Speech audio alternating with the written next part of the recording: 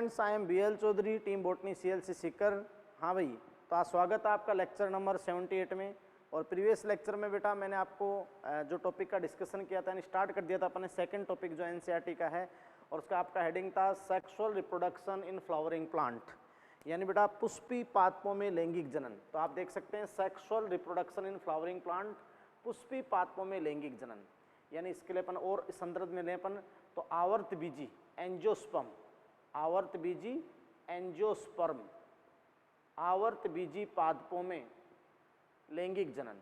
और बेटा जी मैं आपको समझाना चाहूँ कि वहाँ पर डायग्राम भी बना दिया था प्रीवियस लेक्चर में कि आवर्त बीजी पादपों में लैंगिक जनन, तो आवर्त बीजी पाद एंजियोस्पर्म में लैंगिक जनन के जो स्थल हैं, साइट ऑफ सेक्सुअल रिप्रोडक्शन, वो है फ्लावर, पुष्प। क्या है बेटा? पुष्प। बात को समझे? तो देखो बेटा मैंने वहाँ पर आपको लाइफ के फेजेज बताए थे, वेजिटेटिव फेज, रिप्रोडक्टिव फेज और फिर सेनेशन फेज आपको बताया। तो बेटा जी मैंने आपके यहाँ बात कुछ, एक आवर्त बीजी पौधा है, मान लो 1 वर्षीय पौधा है सरसों, तो 2-3 महीने के मान लो न्यूनतम कायिक वृद्धि करेगा। एक न्यूनतम कायिक वृद्धि होते ही उसमें परिपक्वता आ जाएगी, पत्ती परिपक्व हो गई जो कायिक पत्ती है, तो उसके अंदर आप जानते हो कि कुछ विशेष वर्णक जो फाइटोक्रोम रेड, फार रेड, तो सनलाइट को लेते हैं, और एक काल्पनिक हार्मोन फ्लोरिजन, और वो फ्लोरिजन हार्मोन कहाँ गया? उस परिपक्व पत्ती से कायिक प्रोपर वेजिटेटिव मेरिस्टेम पे, एपिकल मेरिस्टेम पे, शीर्ष विभज्योतक पे, और वहाँ जाकर उस एपिकल मेरिस्टेम या उस वेजिटेटिव मेरिस्टेम, उस कायिक विभज्योतक को रिप्रोडक्टिव मेरिस्टेम, जनिक विभज्योतक में परिवर्तित कर दिया। और रिप्रोडक्टिव मेरिस्टेम वहाँ पर हो गया तो फिर आप जानते हैं बेटा कि जब कायिक विभज्योतक ग्रो करता है तो स्टेम और उसके ऊपर लीव्स आती हैं, और वहाँ अपन बात की जब रिप्रोडक्टिव मेरिस्टेम जनिक विभज्योतक करेगा तो आप समझ सकते हैं कि वो पेडंकल यानी इन्फ्लोरेंस में डेवलप होगा, और इन्फ्लोरेंस के ऊपर फ्लोरल प्राइमोडिया, पुष्प आदक, फ्लोरल प्राइमोडिया, फिर फ्लोरल बड, पुष्प कलिका, और खिलेगी तो फ्लावर बनेगा। तो इन आवर्त बीजी पादपों में मैं आपको बता दूं बेटा कि पुष्प का आना कायिक वेजिटेटिव फेज को पूर्ण करना होता है, और पुष्प का आना ही लैंगिक जनन की शुरुआत है। तो बेटा अपन ने क्या कहा कि आवर्त बीजी पादपों में site of sexual reproduction, site of sexual reproduction क्या है? फ्लावर है। यस और नो? अपन आवर्त बीजी पादपों में कहें कि एंजियोस्पर्म में साइट ऑफ सेक्सुअल रिप्रोडक्शन क्या है बताओ? फ्लावर, पुष्प है। अपन वहाँ पर डायग्राम बनाते हैं, एक और अपन बताते हैं। जैसे बेटा अपन बात करें कि सबसे पहले देखो ये पेडंकल है, पेडंकल मतलब पुष्पीय अक्ष, पुष्पीय अक्ष जो इन्फ्लोरेंस पेडंकल होता है ना, पुष्पीय अक्ष, इन्फ्लोरेंस में पुष्प क्रम में पुष्पीय अक्ष, ये हो गया। अब पेडंकल, पेडंकल पर पुष्पीय अक्ष पर पुष्प लगेंगे, तो मान लो एक पेडंकल से व्रंत, ये आपका एक व्रंत स्टार्ट हुआ, इसको आप कहते हो stock of the flower. Stock of the floor का मीन हो गया कि पेडिसेल, पेडिसेल, ये अपने यहां भी लिख दिया पेडिसेल, पेडिसेल। यस बेटा। अब आप समझ सकते हो कि जहां पुष्प अक्ष पर पुष्पवृंत लगता है वहां हासित पर्ण समान संरचना हो सकती है, रंगीन हासित पर्ण समान संरचना, उसको आप कहते हो ब्रैकेट, सहपत्र। ये जरूरी नहीं सभी पुष्पों में सहपुत्र हो, आपको मोर्फोलॉजी में बताया था कि अगर सहपत्र है तो ब्रैक्टिएट फ्लावर, सहपत्री पुष्प, और नहीं है तो ई ब्रैक्टिएट, EBR अपन लगा देते हैं, ई ब्रैक्टिएट अपन लगा देते हैं, तो ई ब्रैक्टिएट फ्लावर यानी असहपत्री। अब आप समझ सकते हो बेटा कि देखो इसका जो अग्र पार्ट है पेडिसल का, ये फूल जाता है, घुंडीनुमा हो गया, इसको आप कह रहे हो थैलेमस, पुष्पासन। क्या कह रहे हो? थैलेमस, पुष्पासन। और पुष्पासन ग्राही है, यानी पुष्पासन ही पुष्पीय पत्रों को, जो जननिक पत्तियां हैं, कायिक पत्तियां नहीं, जननिक पत्तियां, पुष्पीय पत्रों को ये पुष्पासन ही धारण करेगा, तो पुष्पासन ग्राही है। ये बेटा अपन कहें कि पुष्पासन ग्राही है, यानी पुष्पासन रिसेप्टेकल है, रिसेप्टेकल यानी आस्य। और मैं सीधी सी बात कहूँ बेटा कि पुष्पासन एक रूपांतरित प्रो है, modified suit, modified reproductive suit है, रूपांतरित प्रो है, रूपांतरित प्रो, मॉडिफाइड रिप्रोडक्टिव सूट, ये थैलेमस पुष्पासन। और पुष्पासन पर्व पर्व संधि रखता है, लेकिन पर्व संधि अत्यधिक संघनित, नोड अत्यधिक संघनित और पर्व बिल्कुल छोटे, तो ये अच्छे से डिफरेंशिएट नहीं होता। लेकिन पुष्पासन एक रूपांतरित प्रो है, और ये रिसेप्टिकल यानी आस्य है, ये सभी पुष्पीय पत्रों को धारण करता है। बात को समझे?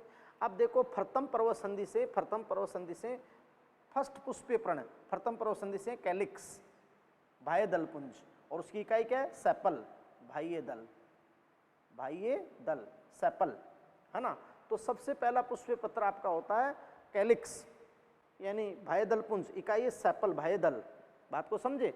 और ये सामान्यतः हरे होते हैं और ये पुष्प की कलिकावस्था में सुरक्षा करते हैं। जब पुष्प खिलने से पहले कलिकावस्था में रहता है ना, जैसे गुलाब कलिकावस्था में, तो उसको बिल्कुल प्रोटेक्ट करते हैं ये बाह्य दल। फिर सेकंड पुष्पीय पत्र आपका हो गया कोरोला, दलपुंज, और दलपुंज की इकाई आपके सामने मेरे को बता दी पेटल, तो पेटल क्या है? दल।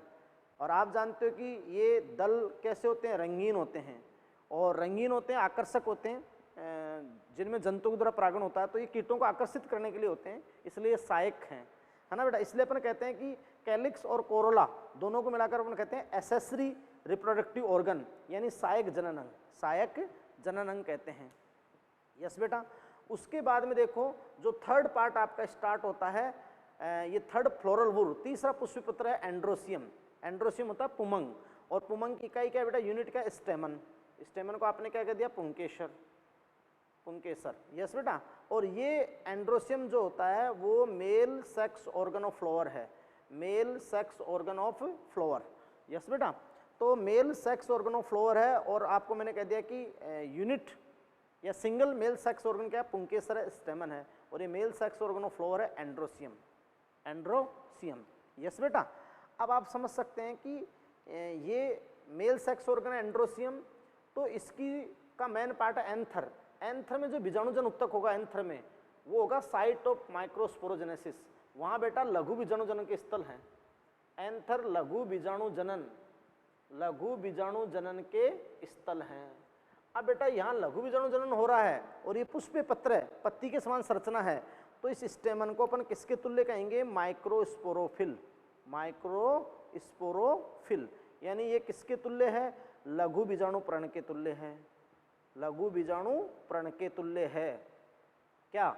स्टेमन। यस बेटा। फिर देखो पुष्प का सबसे आंतरिक, ये सबसे इनरमोस्ट फ्लोर वूल आ गया गायनोसियम। गायनोसियम की इकाई कार्पल अंडप। और आप समझ सकते हैं कि गायनोसियम जो है वो अपन कहें बेटा कि फीमेल सेक्स ऑर्गन है, फीमेल सेक्स ऑर्गन, है ना, फीमेल सेक्स ऑर्गन है। इसकी इकाई क्या है? यूनिट है अंडप, कार्पल। अब आप समझ सकते हो कि कार्पल के 3 पार्ट हैं, स्टिग्मा, स्टाइल, और ये फुला हुआ आधारी भाग ओवेरी, अंडाशय। अंडाशय के अंदर बीजांड, ओव्यूल। बीजांड की जो बीजाणुजन उत्तक संरचना होगी उसके अंदर होगा मेगास्पोरोजेनेसिस, तो वो साइट ऑफ मेगास्पोरोजेनेसिस है ओव्यूल के अंदर। यस बेटा। तो इस अंडप को अपन क्या कह सकते हैं? मेगास्पोरोफिल। क्या कह सकते हैं बेटा? मेगास्पोरोफिल, गुरु बीजाणु परण कह सकते हैं, मेगास्पोरोफिल कह सकते हैं। यस बेटा। अब ये जो एंड्रोसियम गायनोसियम है ये इसेंशियल यानी आवश्यक जनन चक्र है, आवश्यक जनन चक्र। जो रियली में अपन बात रहे कि नर जनांग मादा जनांग है, तो वहाँ पहले लघु बीजाणु जनन, गुरु बीजाणु जनन होगा और फिर युग्मक जनन होगा। तो ये सारी घटनाएं यहाँ एंड्रोसियम और गायनोसियम में। और ये सहायक हैं, जो कैलिक्स कोरोला ये क्या है बेटा? सहायक हैं। बात को समझ रहे हैं? अगर बेटा देखो, अगर अपन किसी पुष्पासन और पुष्पीय पत्रों का निवेशन देखें, तो अगर अपन आउटर मोस्ट से इनर मोस्ट की ओर जाएं, तो एक पूर्ण द्विलिंगी पुष्प में, एक पूर्ण कंप्लीट द्विलिंगी बाइसेक्सुअल फॉर्म में, पूर्ण द्विलिंगी पुष्प में अगर अपन बाहर से अंदर की ओर जाएं तो कैलिक्स, है ना, और फिर आप जानते हो सी कोरोला, तो बाह्य दलपुंज कोरोला, फिर एंड्रोसियम, और फिर क्या? गायनोसियम। तो ये सबसे आउटरमोस्ट है, ये सबसे आउटरमोस्ट हो गया क्या? कैलिक्स सबसे बाह्यतम हो गया। और ये देखो बेटा सबसे क्या हो गया? इनर मोस्ट हो गया। यस और नो? ये सबसे अंदरतम हो गया। तो कैलिक्स, कोरोला, एंड्रोसियम, गायनोसियम। बात को समझे? तो मैं प्रीवियस लेक्चर में भी आपसे फ्लावर के डायग्राम की बात कर चुका था, अब भी मैंने फ्लावर के सारे पार्ट को आपको स्टडी करवा दिया, ताकि बेसिक है बेटा। अब देखो अपन इन आवर्त बीजी पादपों के अंदर सेक्सुअल रिप्रोडक्शन के दौरान कई सारी इवेंट और प्रोसेसेस होती हैं, कई सारी इवेंट्स और प्रोसेसेस, प्रक्रम होते हैं। तो अपन पहले इवेंट का एक व्यू लेंगे कि क्या क्या इवेंट सम्मिलित है एंजियोस्पर्म, आवर्त बीजी पादपों के सेक्सुअल रिप्रोडक्शन में। यस। और कौन कौन सी इवेंट सम्मिलित है, उन इवेंट के नाम क्या हैं, और उसके बाद अपन मेल सेक्स ऑर्गन और फीमेल सेक्स ऑर्गन जो भी घटनाएं उनके अंदर हो रही हैं उन सब का आपके सामने स्टडी करेंगे। यस बेटा, तो मैंने आपको ये प्रीवियस लेक्चर में बताया भी था, तो देखो नेक्स्ट देखते हैं। क्लियर? तो नेक्स्ट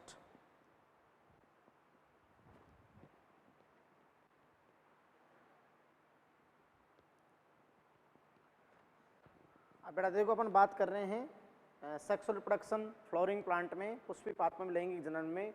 तो देखो किसी भी सजीव में लैंगिक जनन हो तो कंप्लीट जो उसका लाइफ साइकिल लैंगिक जनन होता है उसमें 3 इवेंट होते हैं।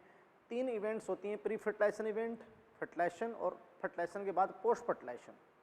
तो यहाँ आवर्त बीजियों में भी जो इनके लैंगिक जनन के दौरान 3 इवेंट्स होगी। तो आप जानते हो कि बेटा आवर्त बीजियों में अपन यहाँ एंजियोस्पर्म की बात कर रहे हैं, तो आवर्त बीजों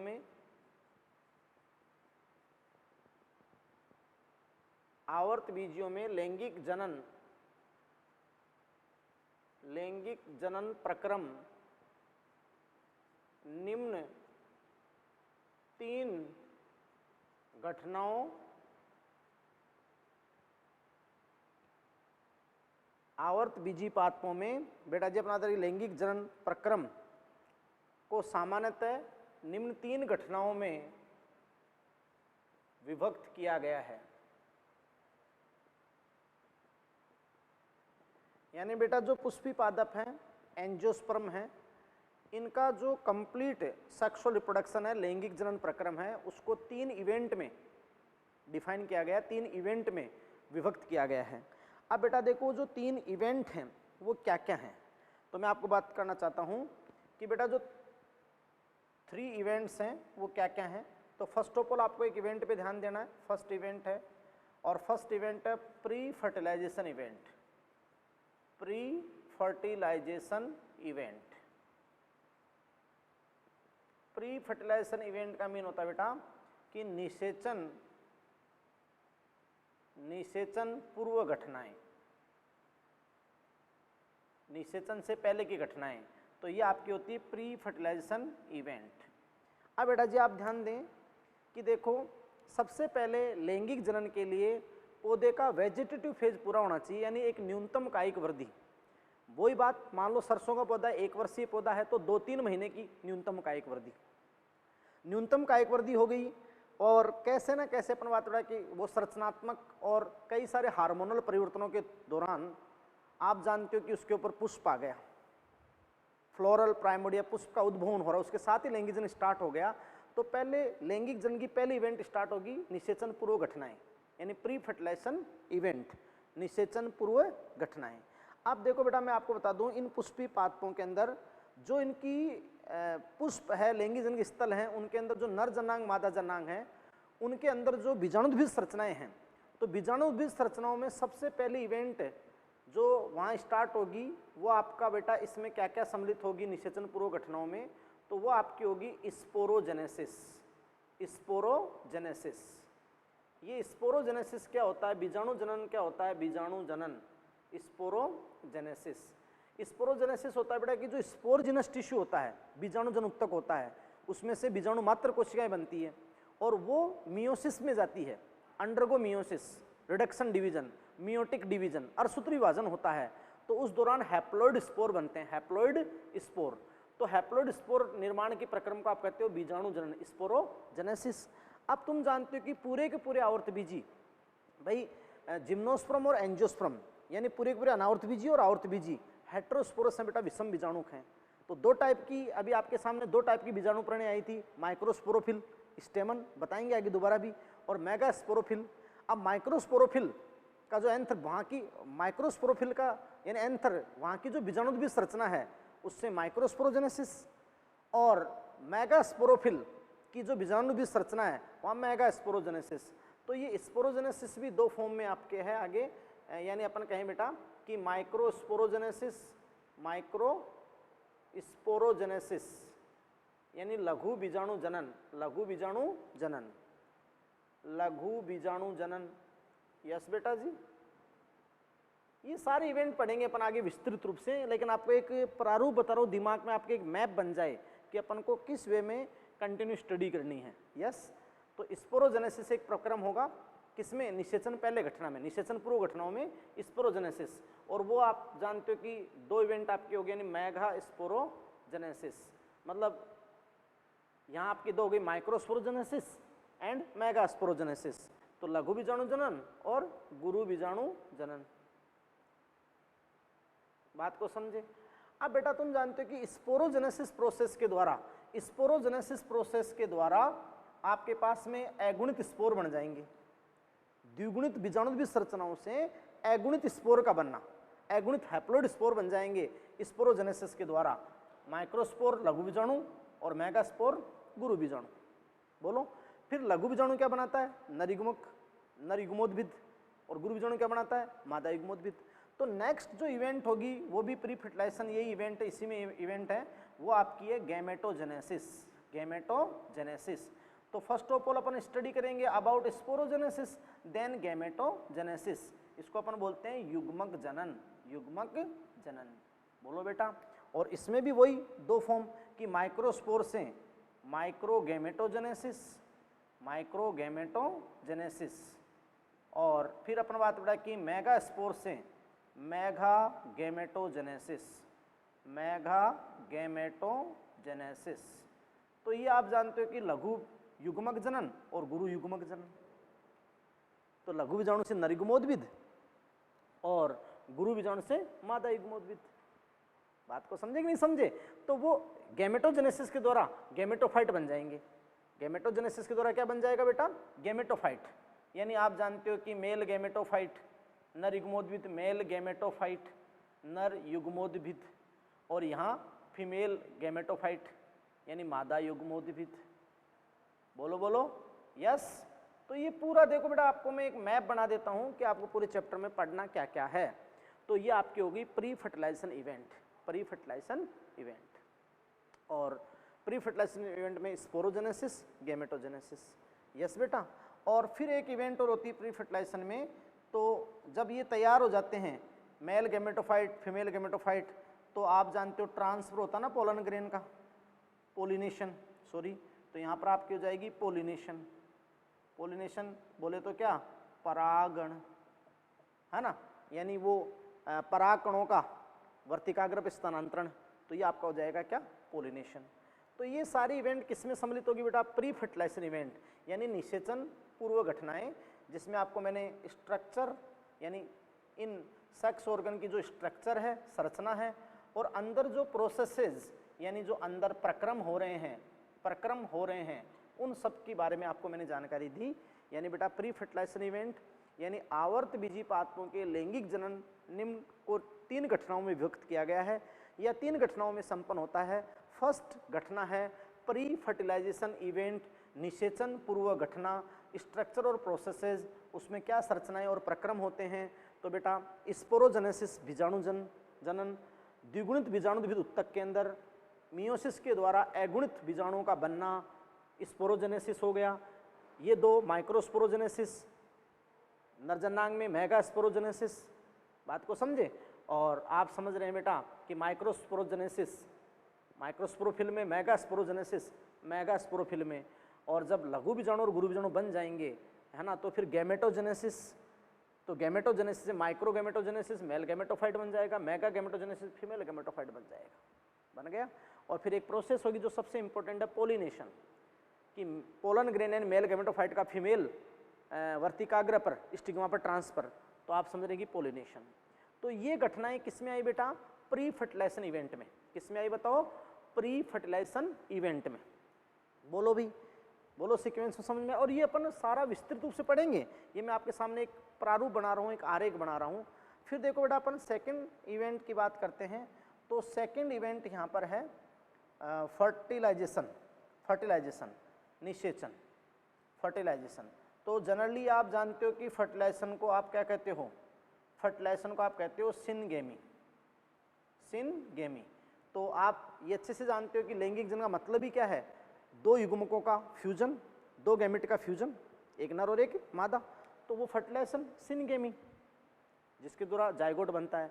लेकिन देखो आवर्त बीजियों के अंदर अपन एक सबसे विशिष्ट बात करेंगे कि यहाँ दोहरा निषेचन होता है और त्रिसंलयन होता है। मतलब सिनगेमी भी होती है, ट्रिपल फ्यूजन भी होता है। तो यहाँ फर्टिलाइजेशन जो इवेंट है फर्टिलाइजेशन, तो बेटा आप समझ रहे हैं कि इसको आप कहते हैं कि इसमें क्या क्या सम्मिलित होता है। तो इनके फर्टिलाइजेशन को अपन बोलते हैं डबल फर्टिलाइजेशन।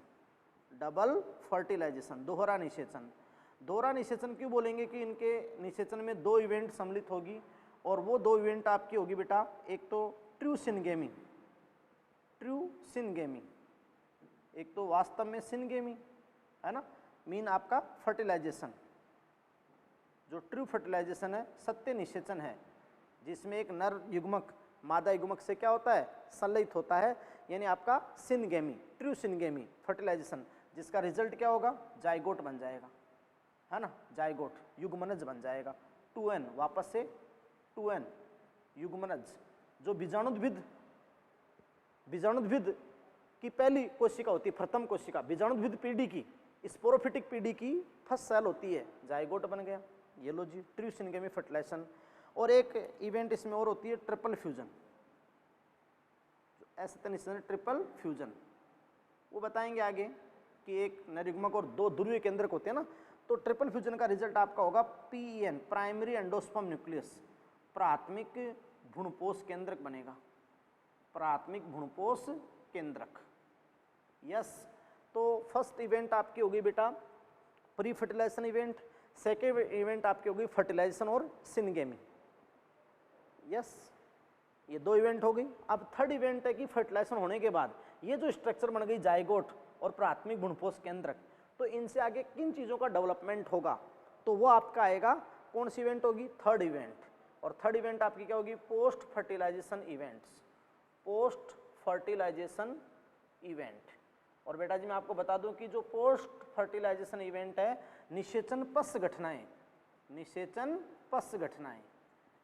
अब आप समझ रहे हैं निषेचन पश्च घटनाएं, तो निषेचन पश्च घटनाओं में क्या आता है, देखो निषेचन के दौरान क्या बना, जाइगोट, जाइगोट बनाना। अब ये जाइगोट किस में डेवलप होगा, एम्ब्रियो में। यस, तो बेटा आप समझ रहे हैं कि जाइगोट एम्ब्रियो में, उससे पहले जो कि भ्रूणपोष केंद्रक बन गया तो ये भ्रूणपोष उत्तक में, है ना। तो यहाँ किस किस चीज का फॉर्मेशन होगा, फॉर्मेशन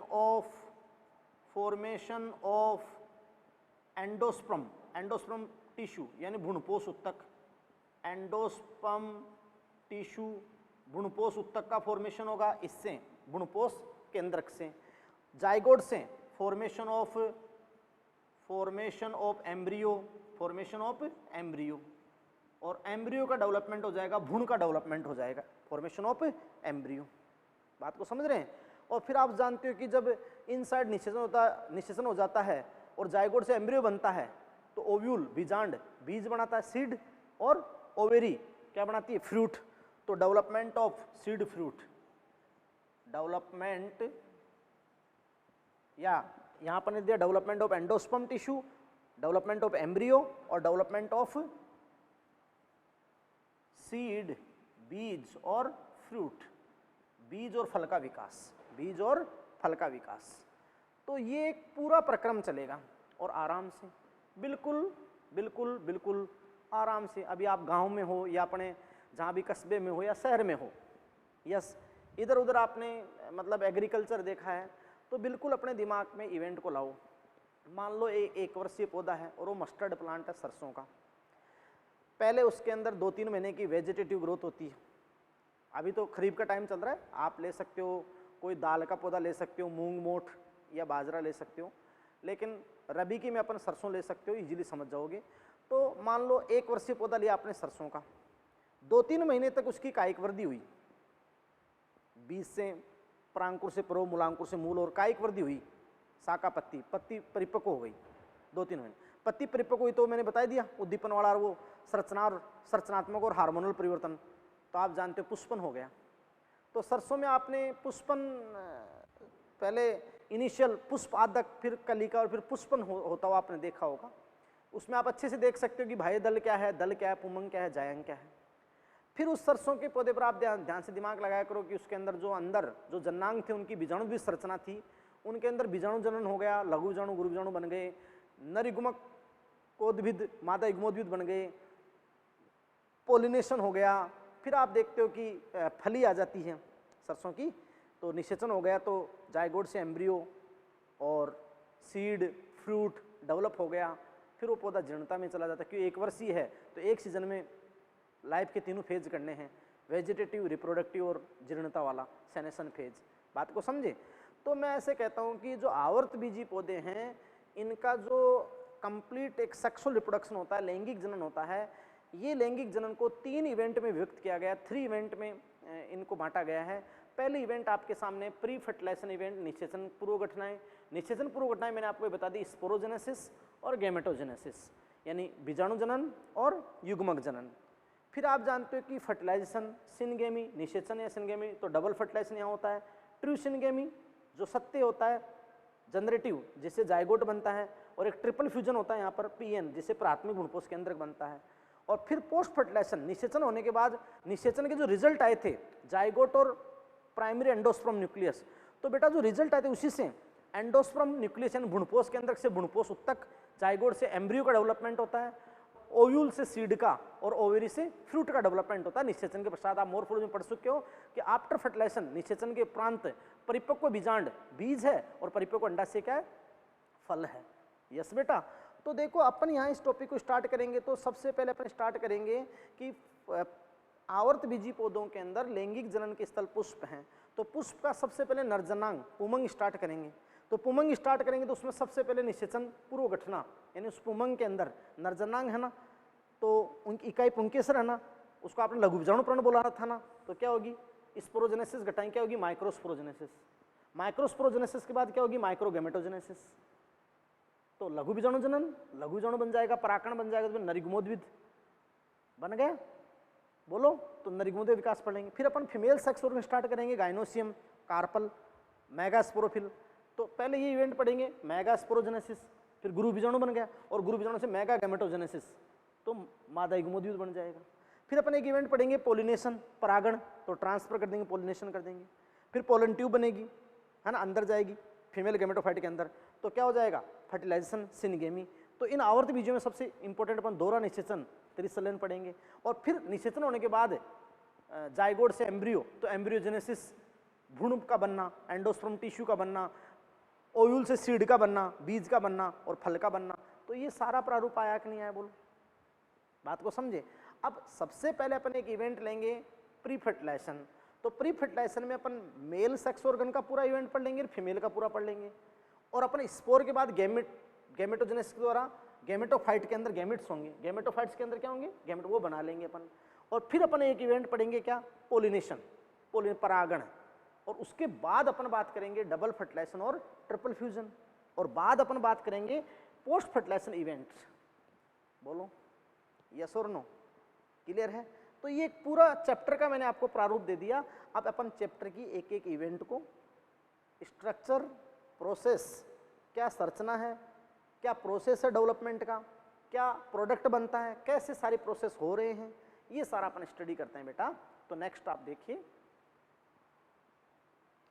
तो देखिए बेटा, अपन कहते हैं कि भाई आवर्त बीजी पादपों में, एंजियोस्पर्म प्लांट में, आवर्त बीजी पादपों में नर तथा मादा युग्मक या युग्मोद्भिद संरचनाएं बता दो। युग्मोद्भिद के अंदर क्या होती है? युग्मक होते हैं, है ना। तो आवर्त बीजी पादपों में नर तथा मादा युग्मक का विकास क्रमशः नर तथा मादा जनांग, जो पुमंग और जायांग है, नर तथा मादा जनांगों की अंदर जो बीजाणुद्भिद संरचना है, स्पोरोफिटिक स्ट्रक्चर, बीजाणुद्भिद संरचनाओं, अर्थात जो बीजाणुजन उत्तक है, स्पोरजनस टिश्यू, उसी से होगा। अब उससे कैसे होगा ये अपन बात करेंगे कि जैसे प्री फर्टिलाइजेशन इवेंट में, तो आपको मैंने जो आवर्त बीजी पादपों के लैंगिक जनन को भी मैंने आपको 3 इवेंट में बांटा था, प्री फर्टिलाइजेशन, फर्टिलाइजेशन और पोस्ट फर्टिलाइजेशन। तो यहाँ अपन फर्स्ट इवेंट की बात करते हैं, pre fertilisation. Pre fertilisation event यानी बेटा आपको मैं बात कर रहा हूँ निषेचन पूर्व घटनाएं और जो भी संरचनाएं हैं, जो भी प्रोसेसेस हैं। तो देखो बेटा कि यहाँ निषेचन पूर्व घटनाएं, और इन निषेचन पूर्व घटनाओं को मैंने आपको 3 पार्ट बताए थे। इसके अपन बात बेटा कि मैंने आपको 3 पार्ट बताए थे। फर्स्ट मैंने आपको बताया था बेटा स्पोरोजेनेसिस, स्पोरोजेनेसिस, है ना बेटा, स्पोरोजेनेसिस यानी बीजाणु जनन, बीजाणु जनन, स्पोरोजेनेसिस, यस और नो। और स्पोरोजेनेसिस मैंने आपको बताया था बेटा बीजाणु जनन। तो स्पोरोजेनेसिस में क्या होता है बेटा कि जैसे जो जन्नांग होते हैं, उमंग की पुंकेसर इकाई होगी तो पराकोष में जो लघु बीजाणु जन उत्तक है उसमें अर्धसूत्र विभाजन होगा तो लघु बीजाणु बनेगा। और गुरु बीजाणु जन उत्तक है जो मादा जनांग है, जायांग की इकाई अंडप, और वहाँ बीजाणु में जो गुरु बीजाणु जन उत्तक है वहाँ से गुरु बीजाणु जनन के दौरान यानी मियोसिस के दौरान गुरु बीजाणु बनेगा। तो स्पोरोजेनेसिस हो गया। तो ये बात क्लियर हो जाएगी कि नर तथा मादा जनांग बीजाणुबीज संरचनाओं में मियोसिस होगा तो पहले स्पोर बनेंगे, लघु बीजाणु गुरु बीजाणु, और फिर आपका युग्मोद्भिद, युग्मोद्भिद के अंदर क्या होंगे, युग्मक होंगे। बात को समझ रहे हो? तो ये स्पोरोजेनेसिस की बात हो गई। और अपन ने स्पोरोजेनेसिस को आगे भाई जैसे नर में अलग और मादा में अलग, यानी यहाँ आपका होता है माइक्रोस्पोरोजेनेसिस, माइक्रोस्पोरोजेनेसिस, लघु बीजाणु जनन, लघु बीजाणु जनन। और बेटा मैं आपके साथ बात कर रहा था मेगा स्पोरोजेनेसिस यानी गुरु बीजाणु जनन।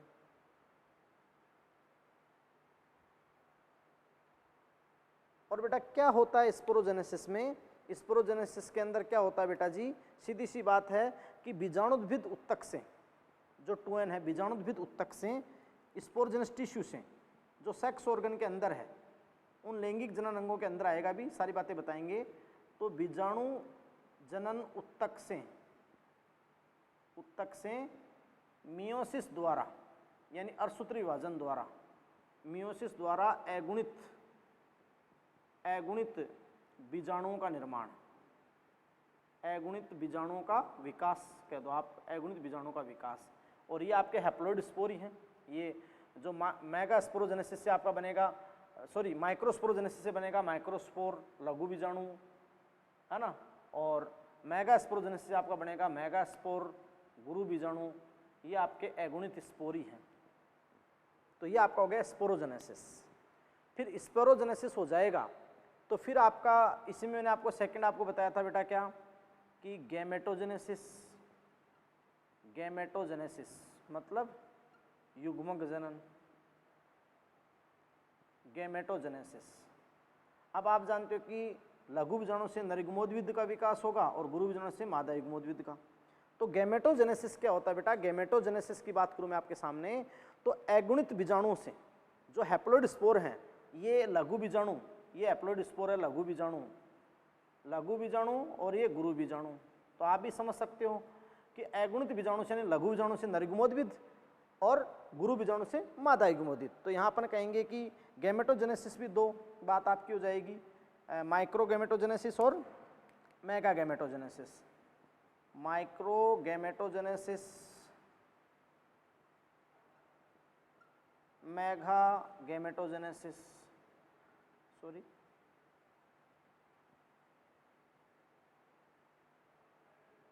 तो अपन एक बात कहेंगे कि भाई अगुणित बीजाणुओं से, अगुणित बीजाणुओं से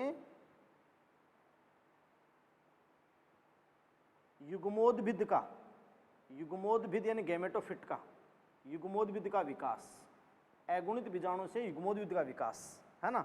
यानी माइक्रो गैमेटोजेनेसिस से मेल गैमेटोफाइट, मेल गैमेटोफाइट नर युग्मोद्भिद, नर युग्मोद्भिद, और मेगा गैमेटोजेनेसिस से फीमेल गैमेटोफाइट।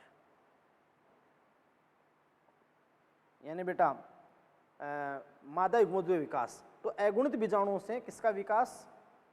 युग्मोद्भिद का विकास। और युग्मोद्भिद के अंदर क्या है? युग्मक है।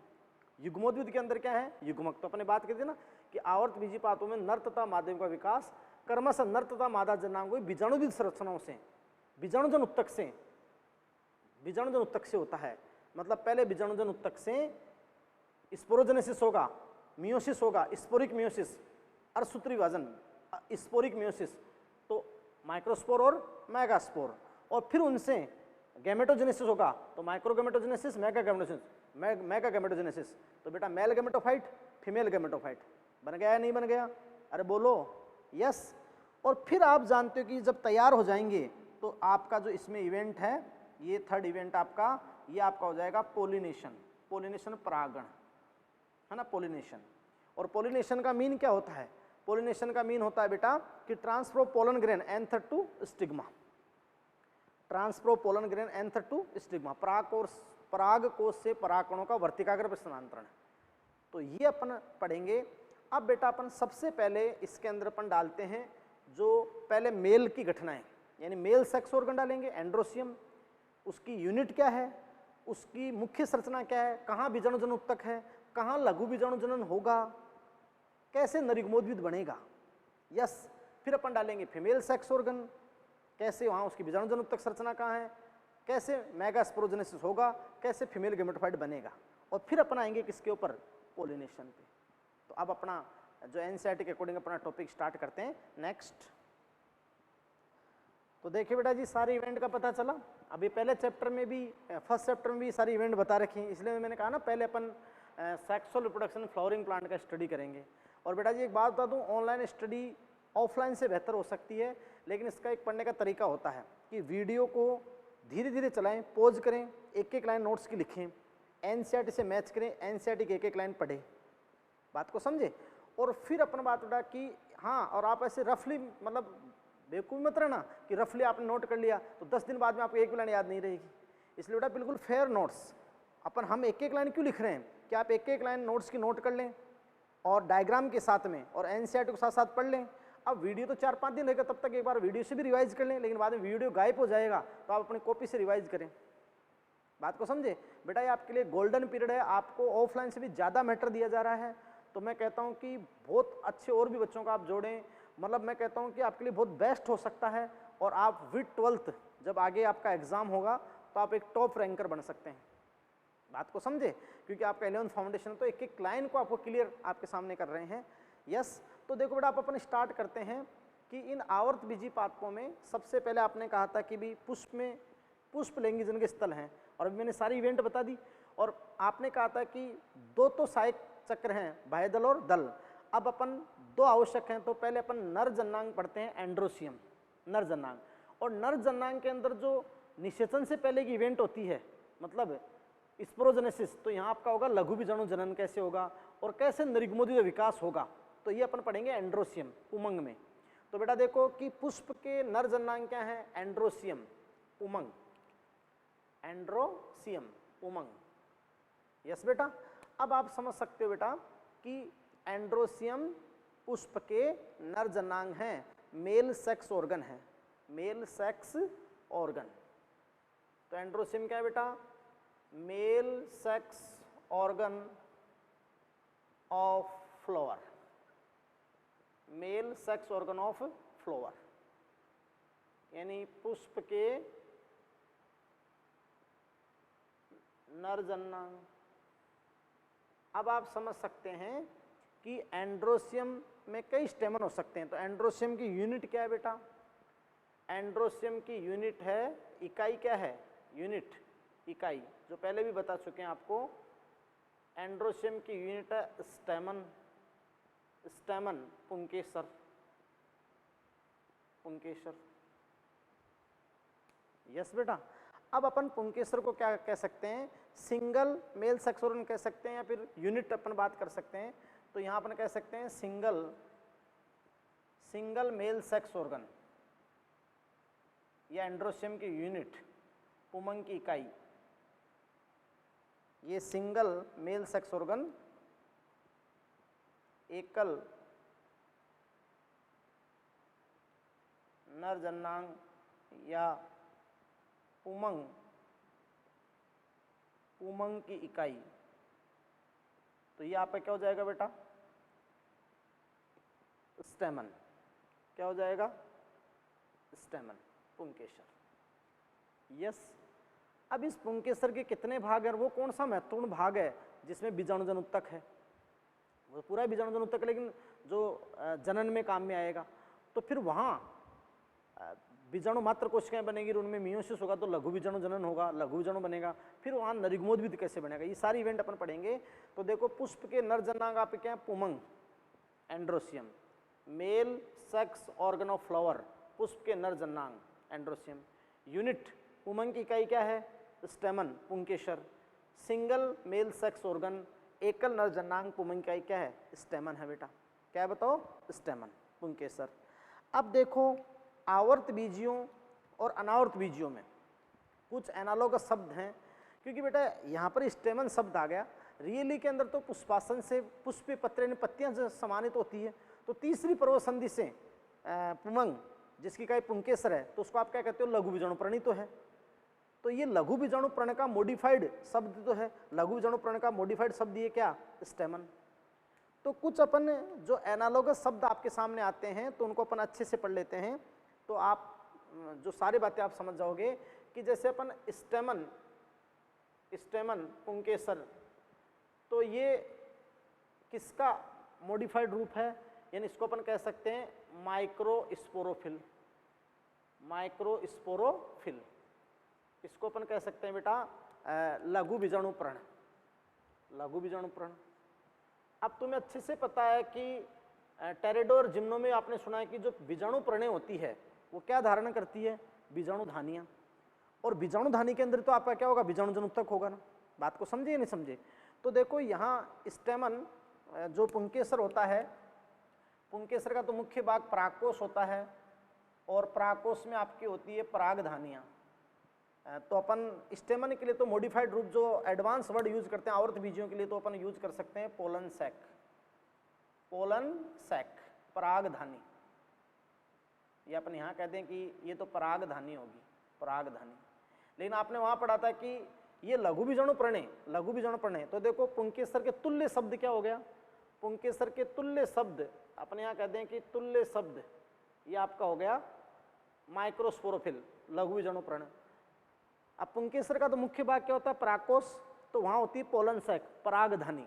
तो इसी प्रकार आप इस माइक्रोस्पोरोफिल लघु बीजाणु प्रण जब अपने बोला तो वहां क्या थी, माइक्रोस्पोरेंजियम, माइक्रोस्पोरेंजियम, यानी आपने क्या कहा था, लघु बीजाणु धानी, लघु बीजाणु धानी, क्योंकि बीजाणु प्रण है, और अगर विषम बीजाणुता थी तो लघु बीजाणु प्रण, गुरु बीजाणु प्रण, और लघु बीजाणु प्रण के अंदर लघु बीजाणु धानी यानी स्पोरेंजिया थी, तो लघु बीजाणु धानी होगी। बात को समझे बेटा। अब जो लघु बीजाणु धानी होगी या परागधानी होगी, उसके अंदर आप जानते हो कि लघु बीजाणु जन उत्तक होगा, लघु बीजाणु जन उत्तक। बात को समझे। तो उस लघु बीजाणु जन उत्तक की एक एक जो कोशिका, जो मात्र कोशिकाएं बनेंगी जिनमें मियोसिस होगा, तो जैसे परागधानी के अंदर आपकी होती है पीएमसी, क्या होती है बेटा, PMC, pollen mother cell, pollen mother cell, जो 2n है, पोलन मदर सेल। यानी बेटा यहां पर तो आपकी हो जाएगी पराग मात्र कोशिका, पराग मात्र कोशिका हो जाएगी, पराग मात्र कोशिका, यस। और यहां अपन बोल दें, इसी शब्द को यहां अगर अपन बोल दें कि माइक्रोस्पोर मदर सेल, तुल्य शब्द जो बात करें तो यहां अगर अपन बोल दें माइक्रो स्पोर मदर सेल, यानी लघु बीजाणु मात्र कोशिका, लघु बीजाणु मात्र कोशिका।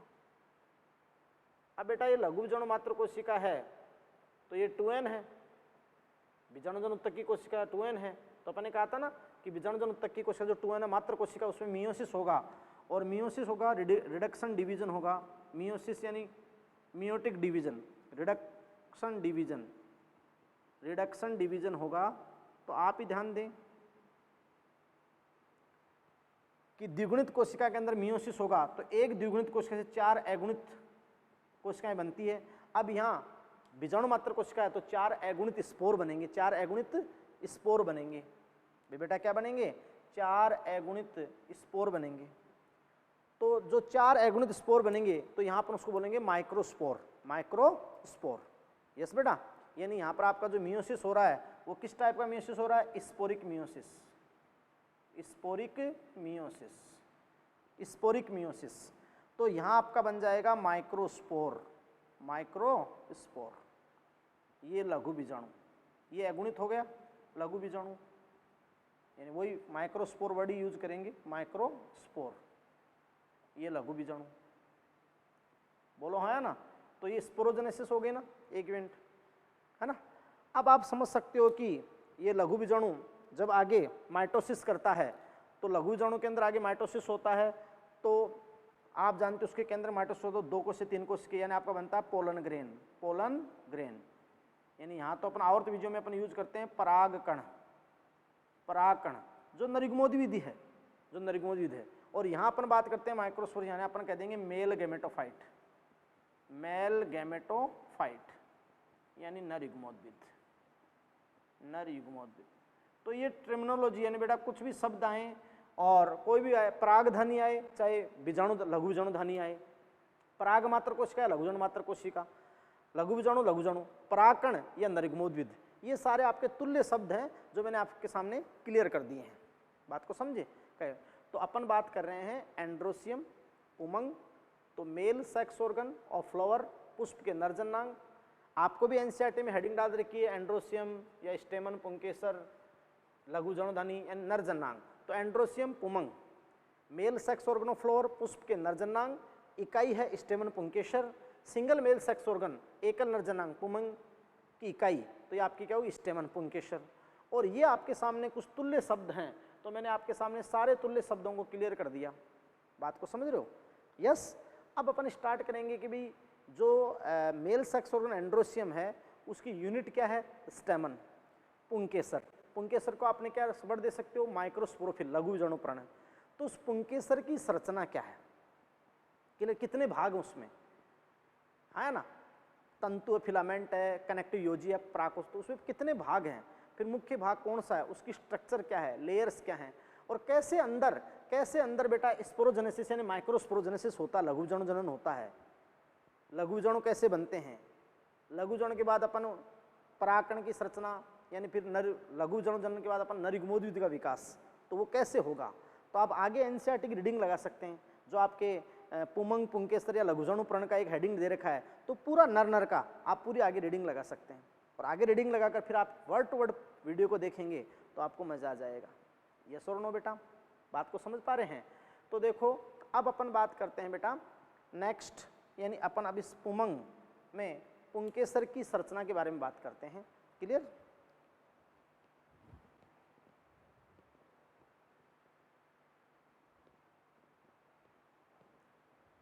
हाँ तो बेटा ध्यान दीजिए कि अपन ने कहा कि एंड्रोसियम पुमंग पुष्प के नरजन्नांग है, स्टेमन इसकी इकाई है, मेल सेक्स ऑर्गन फ्लोर आपकी बात होगी, स्टेमन उसकी यूनिट है जिसको आप लघु बीजाणु प्रण भी कहते हैं। तो अपन आते हैं कि स्ट्रक्चर ऑफ स्टेमन, यानी स्टेमन की बाह्य संरचना क्या है, फिर अपन सारी बातें करेंगे। स्ट्रक्चर ऑफ स्टेमन यानी पुंकेसर की संरचना, पुंकेसर की संरचना बेटा।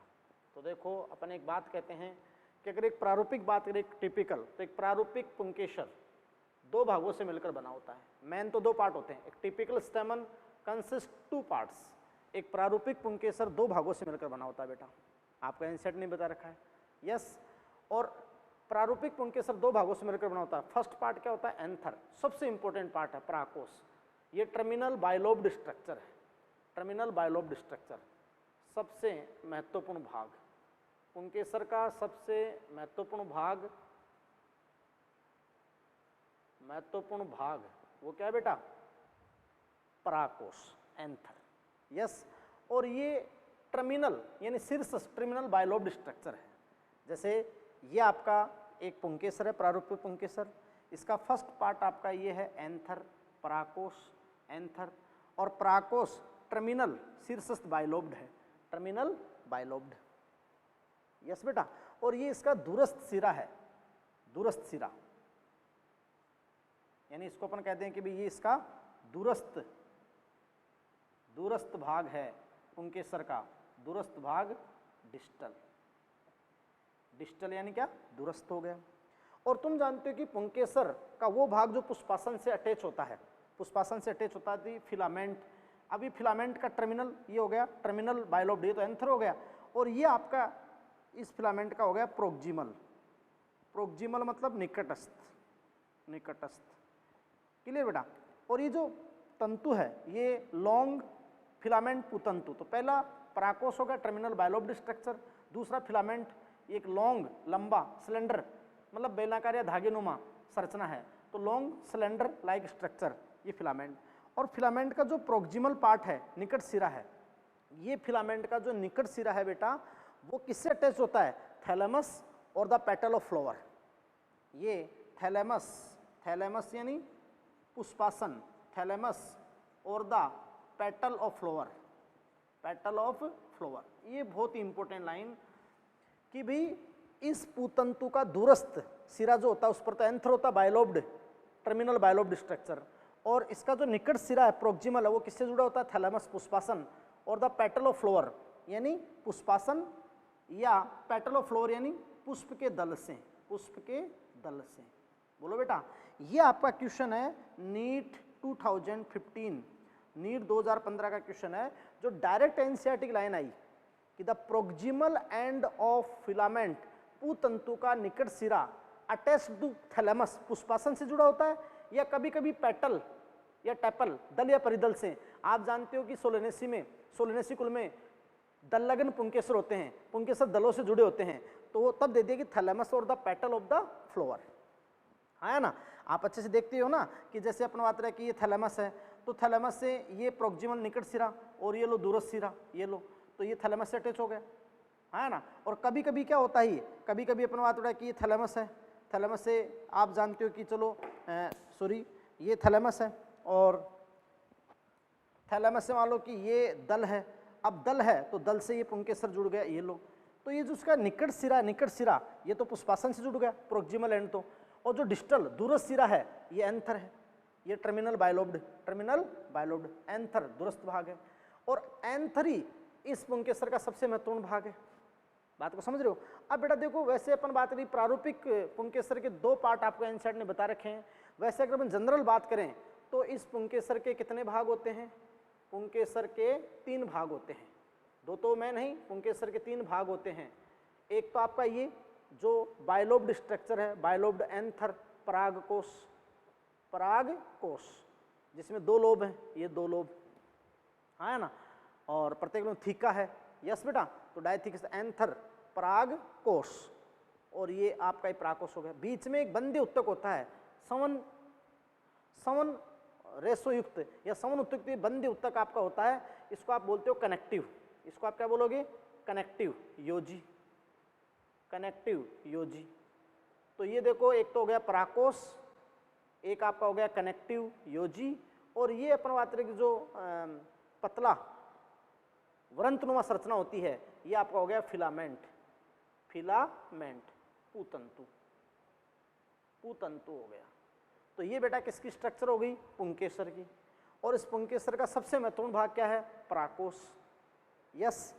अब अपन बात करेंगे कि पुंकेसर का जो सबसे महत्वपूर्ण भाग परागकोश है, तो परागकोश कैसे है, बायलोब्ड है ना, और इसके 2 लोब होते हैं, 2 थीका, तो बायलोब्ड या डाइथीकस, टेट्रास्पोरेंजिएट, और देखो 4 इस माइक्रोस्पोरेंजिया है, तो टेट्रास्पोरेंजिएट हो गए।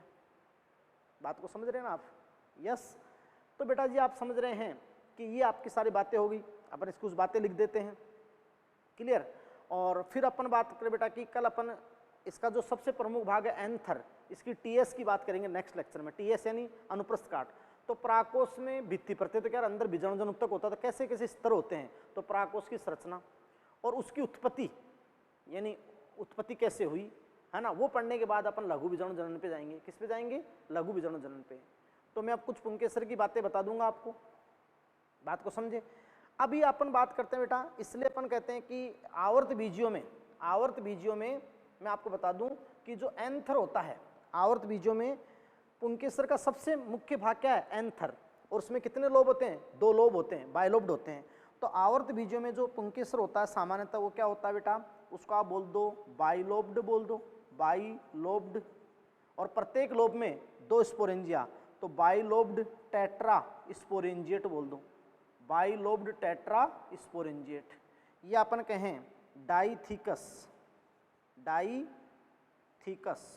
Dithecous tetra sporangiate, dithecous thecous tetrasporangiate.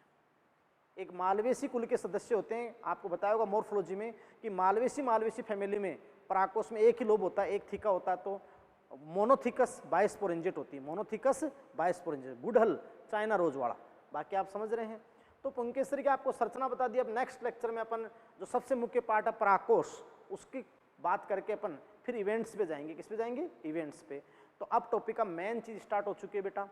NCERT से आप पूरा जो पुंकेसर लघु विजाणु धन वाला एक दे रखा है, लघु विजाणु जनन और युग्मक जनन तक जो सारी इवेंट दे रखे, एक बार पूरी रीडिंग लगा के आना। पूरी रीडिंग लगा ली नेक्स्ट लेक्चर को देखने से पहले, फिर वर्ड टू वर्ड आप लेक्चर को देखना, बात को समझे। एक एक डायग्राम का एक एक व्यू पढ़ना, एक एक लाइन नोट्स की आपको लिखनी है कि जैसे शीर्षस्थ टर्मिनल बायलोब्ड स्ट्रक्चर पराकोष है, ये बायलोब्ड होता तो टेट्रास्पोरेंजिएट भी होता है। यस, ये फिलामेंट, ये आपका फिलामेंट पुतंतु है, इसका डिस्टल पार्ट पे दूरस्थ भाग पर एंथर है, प्रोक्सिमल निकटस्थ भाग पुष्पासन या दल से जुड़ा हुआ है, ये एनसीईआरटी लाइन है, नीट का क्वेश्चन है। और वैसे अगर अपन जनरली देखें तो पुंकेसर में 3 भाग होते हैं, एंथर हो गई, योजी हो गई, फिलामेंट हो गया। यस, ये बीच में जो बंदे होते हैं वो अपन टीएस में बता देंगे आपको योजी क्या होती है, बात को समझे। तो ये सारी बात होती है। सामान्यतः पराकोष क्या होता है? बायलोब्ड टेट्रास्पोरेंजिएट, है ना। और आपको मालवेसी फैमिली का मैंने बता ही दिया। यस, तो अपन इसमें अब नेक्स्ट लेंगे। तो बेटा बहुत अच्छे से आपको तैयार करना है। Thank you very much.